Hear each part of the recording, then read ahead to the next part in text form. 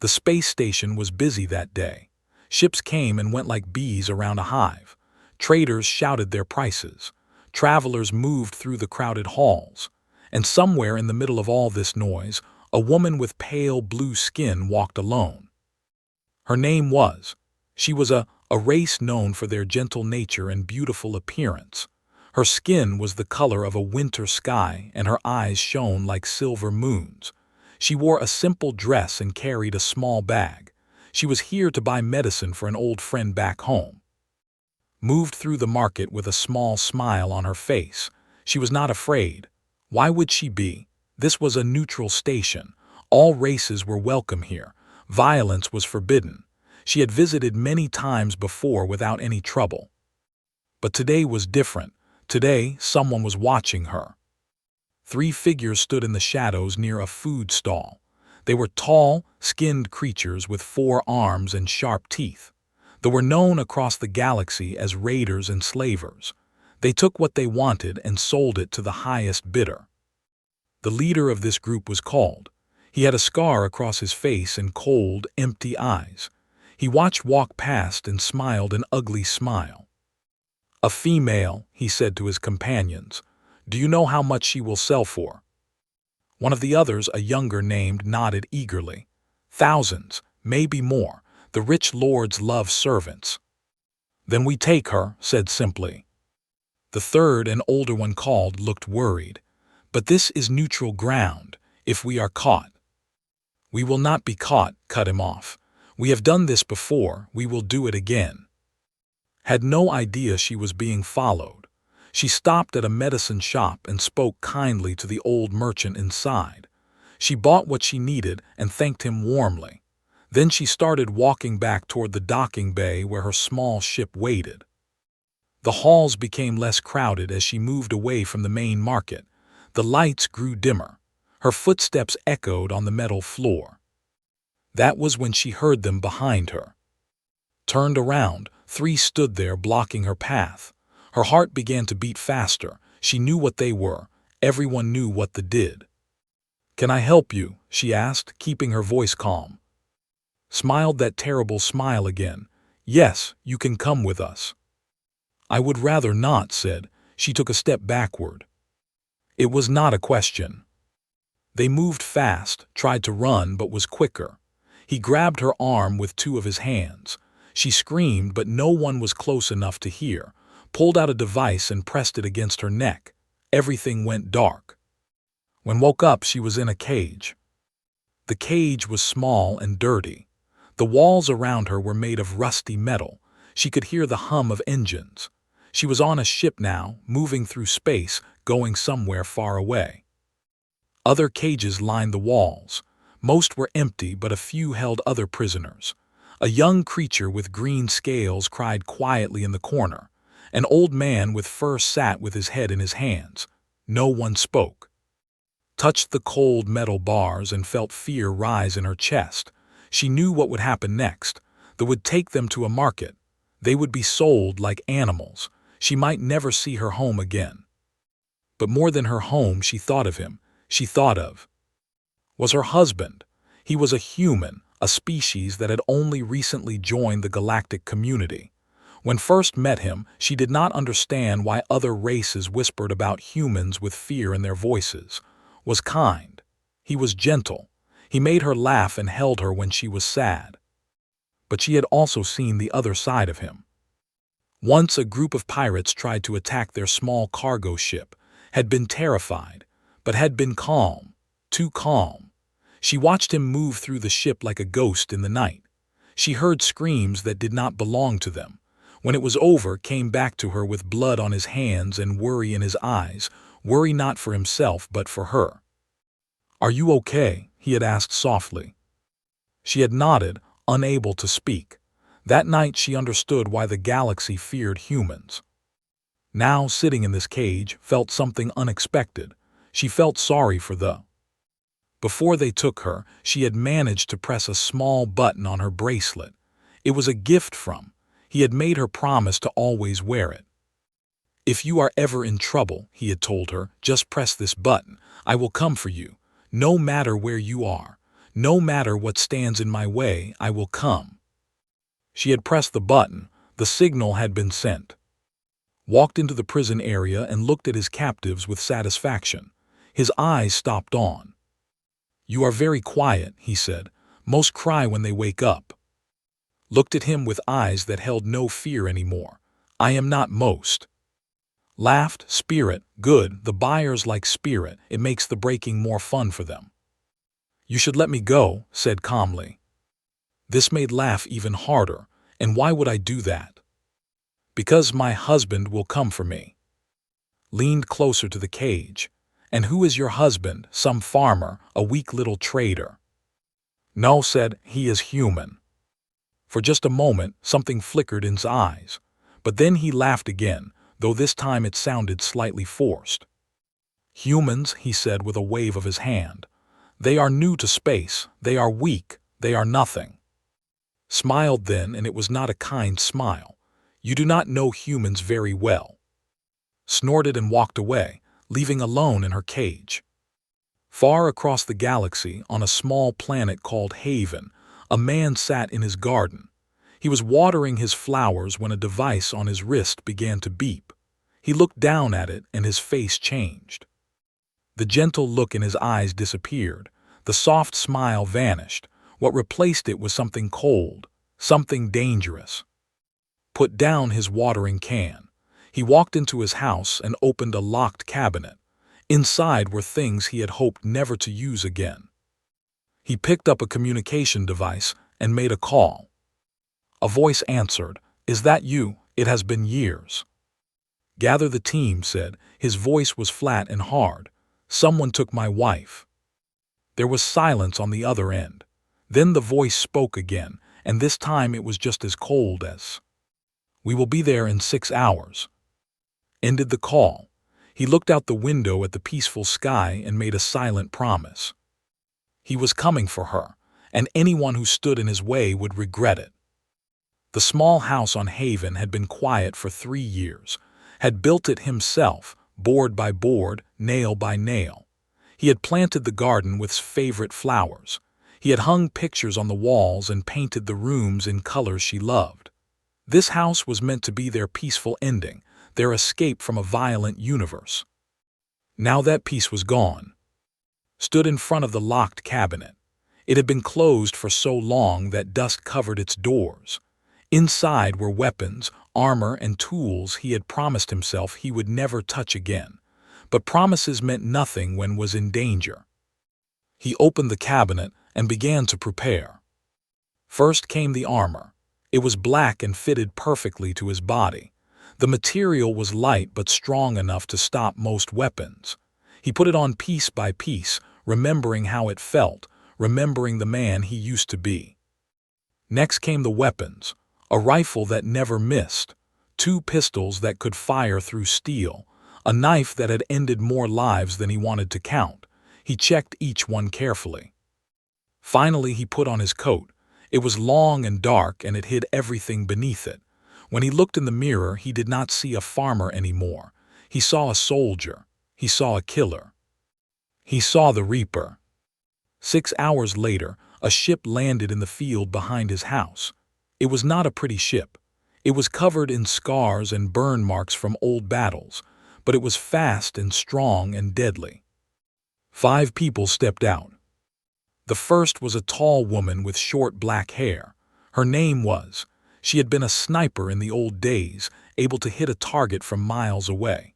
She walked up to and gave him a small nod. "It has been too long," she said. "Yes," agreed. "Thank you for coming." Behind her came a large man with a kind face but massive arms. His name was. He was the strongest person had ever known. Once, he had seen lift a crashed ship with his bare hands to save the people trapped underneath. "Who took her?" asked simply. "Raiders," answered. His kind face turned hard. "Then they are already dead. They just do not know it yet." The third person was smaller, a young man with quick eyes and clever hands. His name was. He was the best pilot had ever seen, and also the best at breaking into places where he should not be. I already started tracking the signal from her bracelet, said, holding up a small computer. They are heading toward the dark markets in the outer rim. The fourth was a woman with gentle features but cold eyes. Her name was. She was a doctor who could heal any wound, but she could also cause wounds that would never heal. In the old days, enemies feared her more than anyone else. How long has she been gone? Asked. 12 hours, said. Nodded, she is strong. She will hold on until we get there. The last person to step off the ship was an older man within his hair. His name was. He had been their captain once, their leader. Now he walked with a slight limp from an old injury, but his eyes were still sharp as ever. I thought you retired, said to him. Smiled slightly. I did, but then I got your call, and I remember what you did for us. Every single one of us owes you our lives. Now it is time to pay that debt. They went inside the house and gathered around the table, connected his computer to the main screen and brought up a map of the galaxy. A small red dot moved slowly across it. That is her signal, said. They are moving fast, but not fast enough. If we leave now, we can catch them before they reach the dark markets. How many are we looking at? Asked. Typed quickly. Based on the ship's size, probably 30 to 40, plus whatever they have on their mothership. Mothership raised an eyebrow. Raiders always travel with a mothership, explained. It waits in a safe location while the smaller ships do the dirty work. If we want to rescue properly, we need to hit the mothership too. So we are looking at maybe 200 enemies in total, said. She did not sound worried. That seems fair. Spoke for the first time since they sat down. I do not care how many there are. We go in, we get, and we make sure they never do this to anyone again. The others nodded. They had heard that tone in his voice before. It was the voice of a man who would burn down the universe if he had to. What about backup? Asked. Should we contact the military? No time, said. And I do not want politics slowing us down. This is personal. Leaned back in his chair. Then let us make this official. We are reactivating the unit. One last mission. One last mission, the others repeated. They were called the Reapers. Years ago, during the Great War, they had been the most feared human strike force in the galaxy. They had won battles that were supposed to be impossible. They had destroyed enemies that seemed unbeatable. The galaxy had learned to fear the name. Then the war ended. The Reapers disbanded. They scattered across the stars and tried to live normal lives. He had found peace. He had thought that chapter of his life was closed forever. But some chapters never truly end. I need to send a message, said, to the who took her. Looked surprised. You want to warn them? No, said. I want to give them a choice. Surrender my wife and I will let them live. Refuse and I will kill every single one of them. You think they will listen? Asked. No, admitted. But I want them to know what is coming. I want them to feel fear before they die. He walked to the communication system and recorded a message. His voice was calm and steady as he spoke. To the raiders who took my wife from Station 11.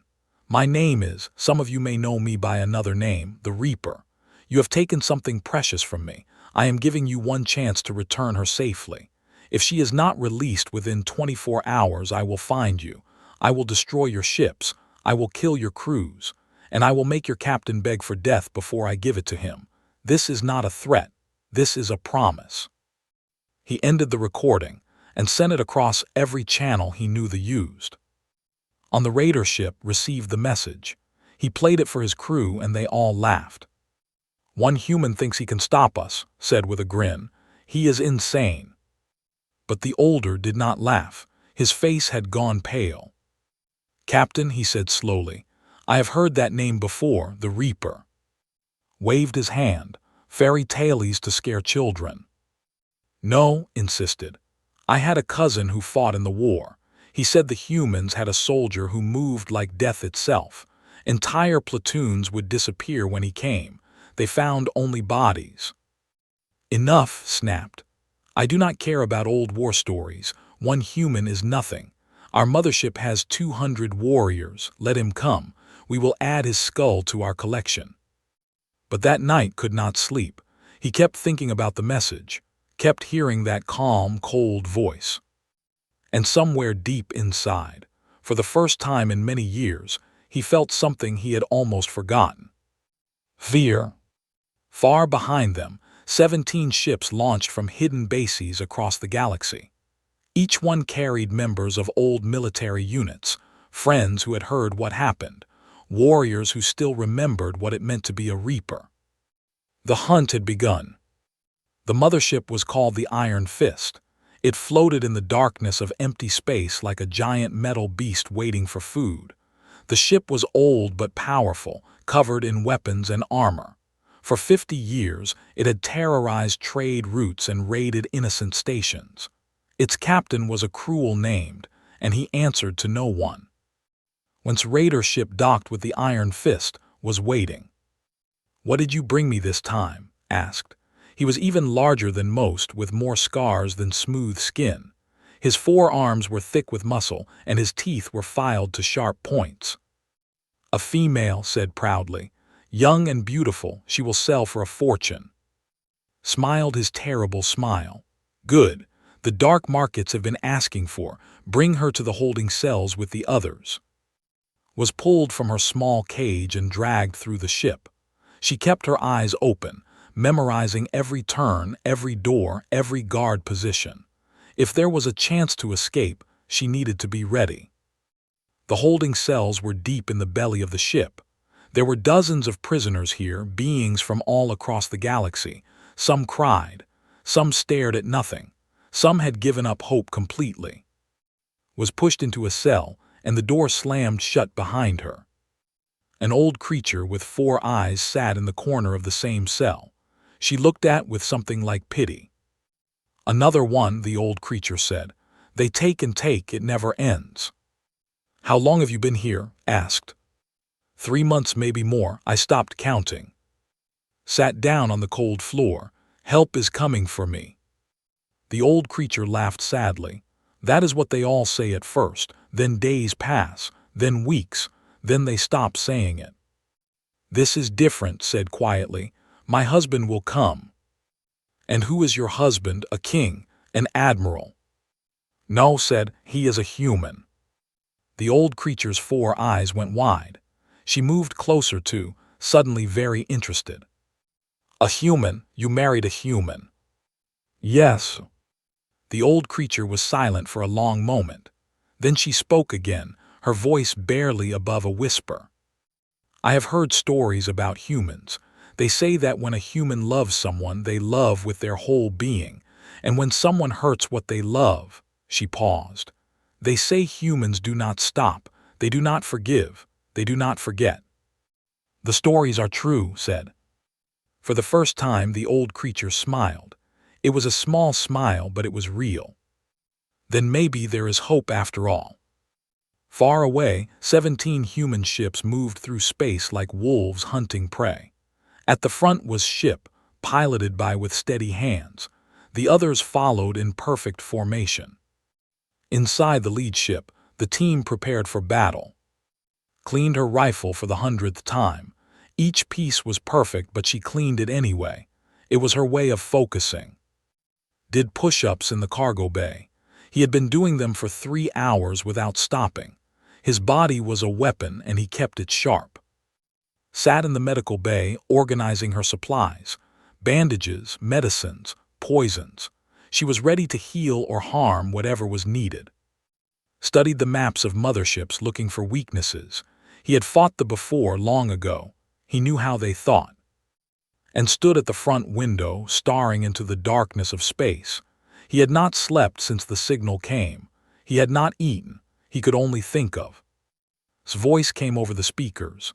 "We are getting closer. I am picking up their signal. The mothership is 3 hours away." "Any response to my message?" asked. "None, they are ignoring it." Nodded slowly. "Then they have made their choice." Walked up beside him. "You should rest. You will need your strength for what comes next." I cannot rest, said. Every second I waste, she is still in that cage. She is alive, reminded him. The signal is still active. She is waiting for you. I know. Hands tightened into fists. I just keep thinking about what they might be doing to her, what she must be feeling. Is strong, said. Stronger than you give her credit for. Remember when those pirates attacked your cargo ship? She did not break then. She will not break now. Allowed himself a small smile. She told me later that she was not scared for herself. She was scared for the pirates. She knew what I would do to them. And she was right to be scared for them, said. I saw the footage from that fight. You took out 12 pirates in under 3 minutes. They threatened her, said simply, as if that explained everything. And in a way it did. On the Iron Fist, Captain was celebrating. A new shipment of slaves meant new profits. He sat in his throne room, surrounded by his most loyal warriors, drinking and laughing. Approached carefully. The captain was in a good mood, but his moods could change quickly. Captain said, about that message we received. Waved one of his 4 hands. What message? From the human, the one who claims to be the husband of the female. Ah yes, laughed loudly. The Reaper, what a funny name, does he think he scares us? The other laughed with him, but noticed that, standing in the corner, did not laugh. He said he is coming for her, continued. He said he will destroy our ships. One human against the Iron Fist stood up from his throne. Let him come. I have 200 warriors on this ship alone. I have weapons that can destroy planets. What does he have? I do not know, Captain. Walked toward and leaned down close to his face. He has nothing. Humans are weak. They are soft. They hide behind their technology and their treaties. When faced with real warriors, they run. The stories from the war. Stories, shouted. Lies made up by cowards who lost their battles. No human has ever challenged thee and lived. This one will be no different. He turned to address all his warriors. If this human comes, we will capture him. We will make him watch as we sell his wife to the highest bidder, and then we will sell him too. Let the whole galaxy see what happens when someone threatens the Iron Fist. The warriors cheered. They raised their weapons and roared their approval. But in the back of the room, Old slipped away quietly. He went to his quarters and began to pack his belongings. He had survived this long by knowing when danger was coming. And every instinct in his old body was screaming that death was on its way. 3 hours later, sensors on the Iron Fist detected something strange. A cloud of objects was approaching fast. What is it? The sensor officer asked, confused. Then the objects came closer, and the screens showed what they were. Ships, human ships, 17 of them in perfect attack formation. Alarms began to scream throughout the Iron Fist. Captain ran to the bridge, his celebration forgotten. He stared at the screens with wide eyes. Impossible, he whispered. Where did they come from? How did they find us? The communication officer's voice trembled as he spoke. Sir, we are receiving a transmission. Put it through. A face appeared on the main screen. It was a human male with dark eyes that held no mercy. His voice was calm and cold. This is, you have my wife. You were warned, now you will pay. The transmission ended. Stared at the blank screen for a long moment. Then he turned to his officers and roared. Battle stations, all hands prepare for combat. But as his warriors scrambled to their positions, felt something he had not felt in decades. Cold, crawling fear. The Reaper had come. The battle began with fire. Fleet spread out in a perfect circle around the Iron Fist, trapping it like a spider surrounds a fly. The mothership was big, but it was also slow. It could not run. It could only fight. All ships target their weapon systems first, commanded over the radio. Disable, do not destroy. We need that ship intact for the rescue. The human ships moved like dancers, fast and graceful. Their weapons lit up the darkness of space with bright flashes of light. The Iron Fist tried to fire back, but the humans were too quick. Every shot missed. Inside the Iron Fist, chaos had taken over. Explosions shook the walls. Lights flickered on and off. Warriors ran through the halls, shouting orders that no one followed. The ship that had never lost a battle was falling apart. Captain stood on the bridge, watching the screens with horror. Half his weapons were already destroyed. His shields were failing. The humans had not lost a single ship. "How is this possible?" he screamed at his officers. "Fight back, destroy them." "We are trying, Captain," the weapons officer cried. "They are too fast, we cannot hit them." Burst onto the bridge, bleeding from a cut on his face. "Captain, we need to retreat. We cannot win this fight." "We cannot run," roared. "They have surrounded us." "Then we surrender. We give them what they want." Grabbed by the throat with two of his hands. "Do not surrender, do not beg. We fight and we die with honor." "This is not a fight," gasped, struggling to breathe. "This is murder." Threw him to the ground. "Send all warriors to the entry points. When they board, we will cut them down." On ship finished his calculations. "I found a weak point in their hull. Section 7. If we hit it hard enough, we can breach it and get inside." "How long to get through?" asked. 3 minutes, maybe less." Nodded. "Do it." A single focused blast from 5 ships at once punched a hole through the Iron Fist's armor. Air rushed out into space. Emergency doors slammed shut, but the breach was open. "Boarding pods launch," ordered. Small pods shot from the human ships toward the breach. Inside each pod were soldiers, humans who had volunteered the moment they heard what happened. They were not reapers, but they were loyal. They were angry, and they were ready. His pod hit first. The door blasted open, and he stepped into the ship with weapons in both hands. 3 warriors waited inside, their weapons raised. They never got a chance to fire. Moved like water flowing from one enemy to the next. His shots were perfect. His movements were efficient. In less than 10 seconds, all 3 were on the ground. Behind him and entered through the breach.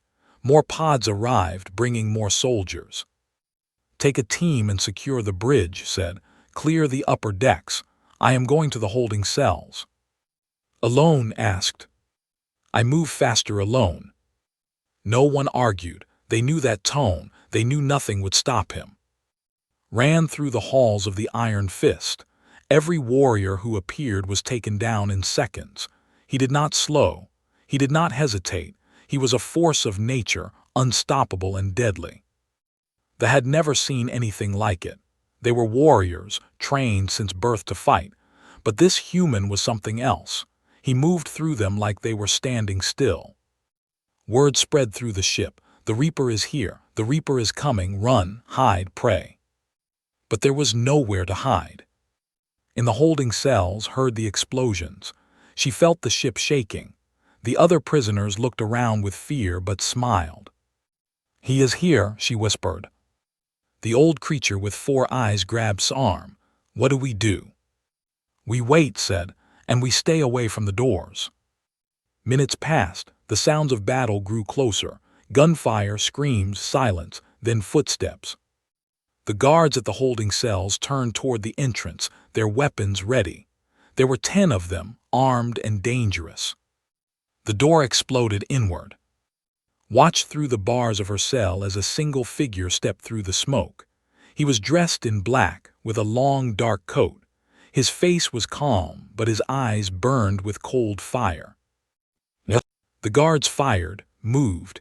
He was so fast they could barely follow his movements. One guard fell, then another, then another. Some he shot, some he fought with his hands. One he threw into a wall so hard that the wall cracked. In less than a minute, all 10 guards were down. Stood in the middle of the room, breathing steadily. Then his eyes found. The cold fire disappeared. What replaced it was something soft and warm and full of love. He said. She answered. He walked to her cell and ripped the door off with his bare hands. Then he pulled her into his arms and held her tight. She felt his body trembling, not with fear, but with relief. "I am sorry," he whispered into her hair. "I am sorry it took so long." "You came," she said. "That is all that matters." They held each other for a long moment, then pulled back and looked at him. "The others," she said, pointing at the other prisoners. "Please." Nodded, he moved through the room, opening every cell, freeing every prisoner. Some cried, some thanked him, some just ran. The old creature with 4 eyes approached him slowly. "You are the human, the one she spoke of." "Yes." The creature bowed her head. "Thank you, we owe you our lives." "Thank her," said, nodding toward. "She never gave up hope." His voice came through his earpiece. "The ship is secured, as the bridge is in custody." "I am on my way," replied. He took his hand. "Stay close to me, it is not over yet." "What will you do to them?" asked. Looked at her and something dark passed through his eyes. "What needs to be done?" They walked through the halls of the conquered ship together.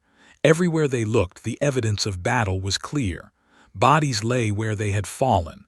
Walls were marked with bullet holes. The smell of smoke filled the air. But the fighting was over. The humans had won. When they reached the bridge, saw Captain kneeling on the floor, held down by. The mighty captain looked smaller now, broken and afraid. "So this is the one," said. "Yes," confirmed.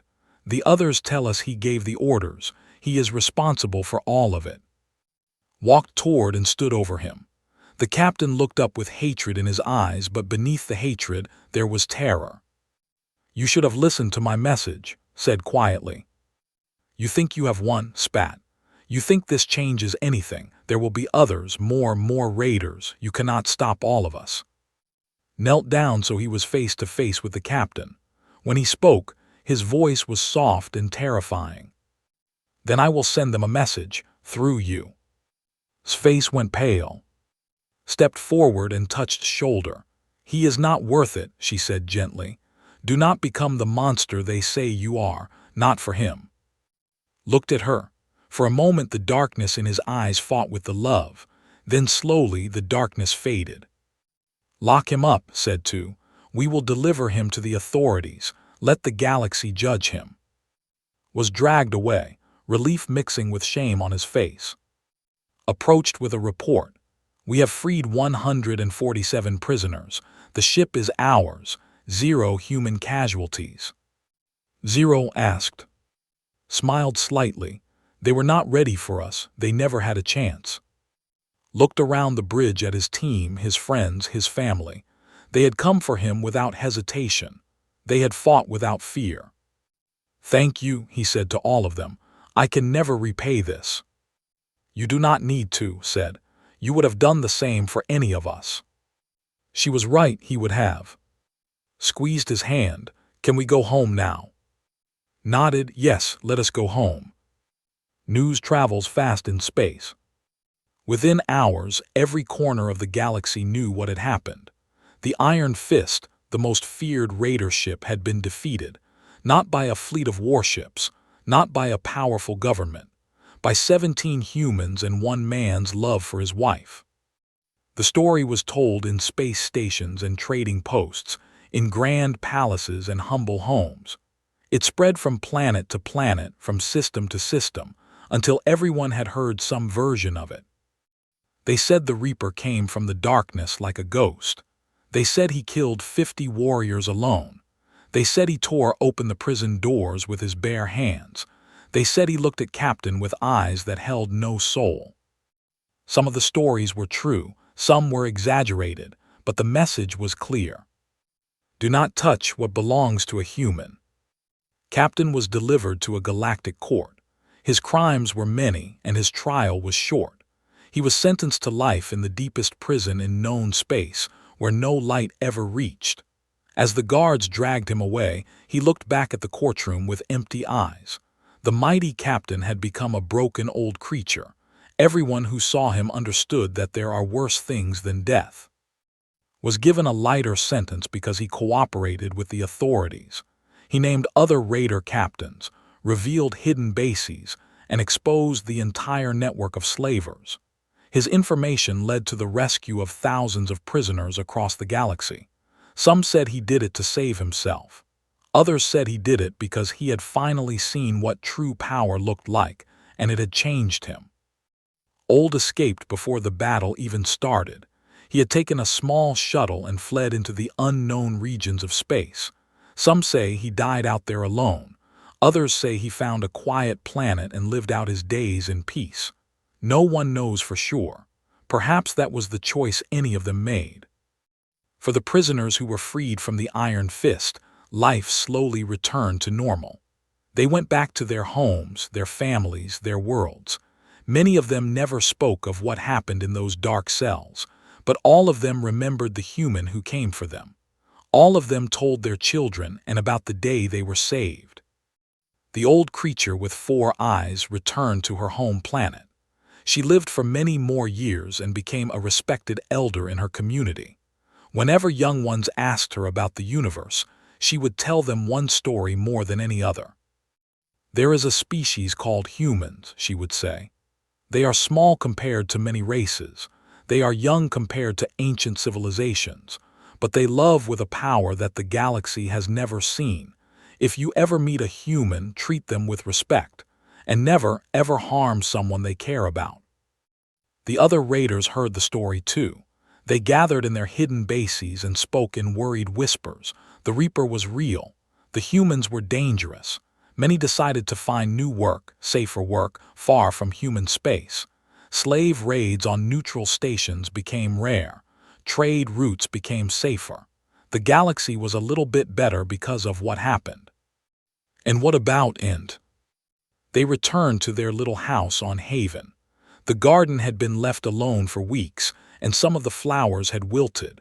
But most of them had survived, bright and beautiful against the green grass. Stood at the door for a long moment, just looking at the home he had built. Stood beside him, holding his hand. "It feels different now," she said. "Different how?" "I do not know, smaller maybe, or maybe I am bigger." Understood what she meant. They had both changed. The peace they had known before was gone forever, but perhaps a new kind of peace could take its place. They walked inside together. For the first few weeks could not sleep.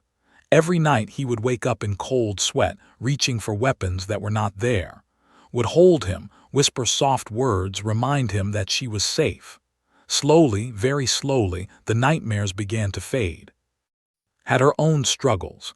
Sometimes she would freeze when she saw a shadow move too quickly. Sometimes she would wake up confused, thinking she was still in that cage, but was always there, patient and gentle, reminding her that she was home. They healed together, day by day, moment by moment.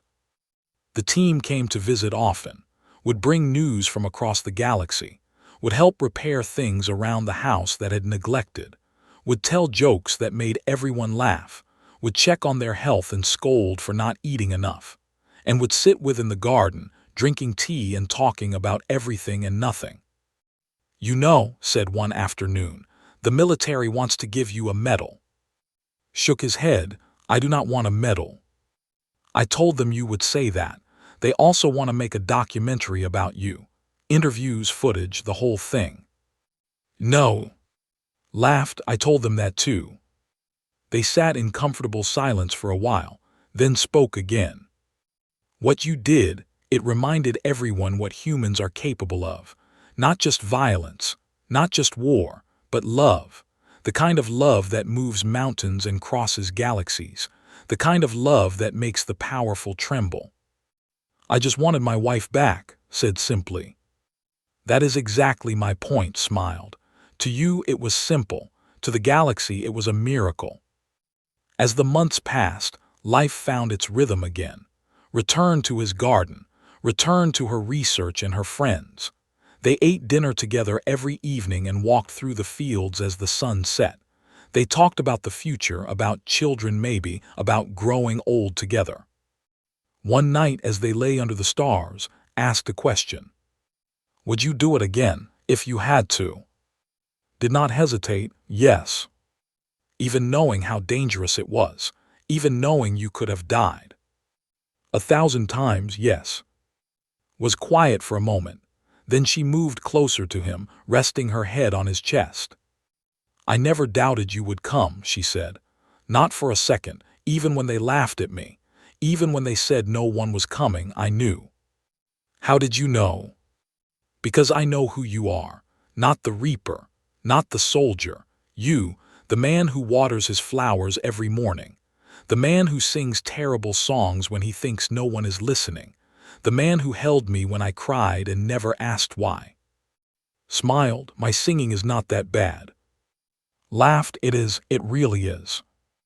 They lay together under the stars, two small beings in an infinite universe. Around them, galaxies spun and stars were born and died. Wars were fought and peace was made. Empires rose and fell. But in that moment, none of it mattered. All that mattered was that they were together. Years later, when travelers from distant worlds would visit Haven, they would sometimes see an old couple walking through the fields. The woman had pale blue skin that glowed in the sunlight. The man had hair and kind eyes. If the travelers asked about them, the locals would smile. That is, and they would say, have you heard their story? And then they would tell the tale. The tale of the alien woman who was abducted. The tale of the human who crossed the galaxy to save her. The tale that taught the universe a simple truth. Do not touch what a human loves, for humans do not forget. Humans do not forgive. And when they come for what is theirs, nothing in the universe can stop them. Nothing at all.